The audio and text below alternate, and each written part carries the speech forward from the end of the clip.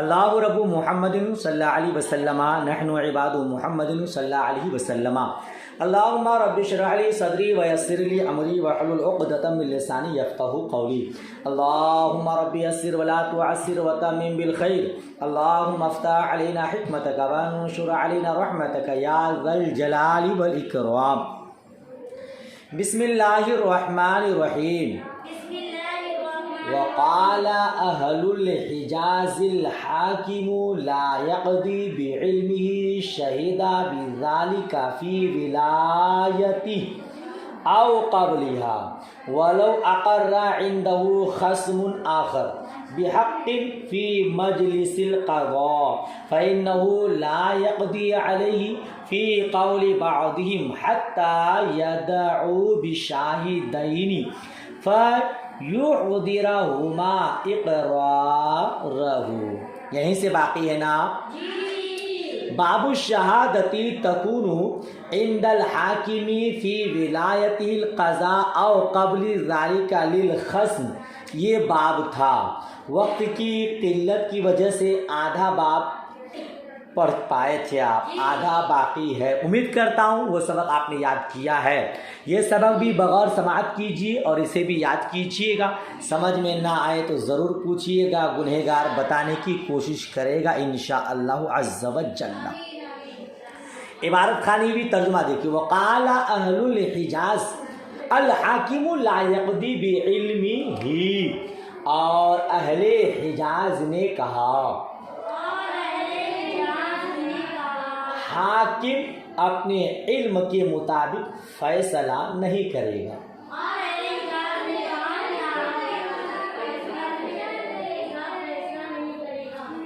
حاکم لا یقضی بعلمہ، اپنے علم کے مطابق فیصلہ، پہلے بتا چکا ہوں کہ ہم احناف کا یہی ماننا ہے کہ قاضی اپنے علم کے مطابق فیصلہ نہیں کر سکتا جب تک کہ گواہ موجود نہ ہو۔ بغیر شہادت کے قاضی کو فیصلہ کرنے کا اختیار نہیں، ورنہ مورد الزام ٹھہریں گے، لوگ تہمت لگائیں گے شاید انہوں نے رشوت کھا لی اور فیصلہ کر دیا۔ مقام تہمت سے بچنا چاہیے، لہذا گواہ لوگ گواہی دیں تو فیصلہ کرنے کا اختیار ہے اپنے علم کے مطابق، ٹھیک ہے۔ شہیدہ بذالک فی ولایتہ او قبلہا، اس کا ترجمہ خواہ اسے اس کا علم قاضی بنائے جانے کے زمانے میں ہو یا پہلے، قاضی کو اس کا علم قاضی بنائے جانے کے زمانے میں ہوا ہو یا اس سے پہلے، بہرحال یعنی قاضی معاملہ کو قاضی بننے سے پہلے جانتا تھا یا قاضی بنا اس کے بعد معاملہ کو انہوں نے اپنی آنکھوں سے دیکھا اور اس کو جانا، پھر بھی اسے اپنے علم کے مطابق فیصلہ کرنے کا اختیار۔ وَلَوْ أَقَرَّ عِنْدَهُ خَصْمٌ آخر بِحَقٍ فِي مَجْلِسِ الْقَضَاء، اور اگر اس کی عدالت میں کوئی فریق حق کا اقرار کرے، اور اگر اس کی عدالت میں کوئی فریق حق کا اقرار کرے تو بعض کا قول یہ ہے فَإِنَّهُ لَا يَقْضِي عَلَيْهِ فِي قَوْلِ بَعْضِهِمْ۔ ترجمہ اس کا، تو بعض کا قول یہ ہے کہ ہرگز فیصلہ نہیں کرے گا،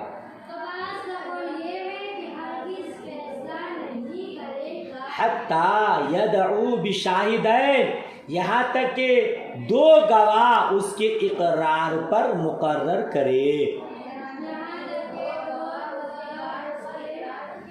اقرار پر حَتَّى يَدْعُوا بِشَاهِدَيْنِ فَيُعْذِرَهُمَا إِقْرَارَهُ۔ اس کا سلیس ترجمہ ہوا یہاں تک کہ دو گواہ اس کے اقرار پر مقرر کرے۔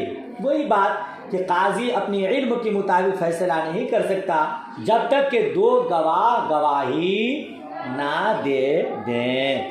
یہ اہل حجاز کا قول ہوا۔ کن کا ہوا یہ؟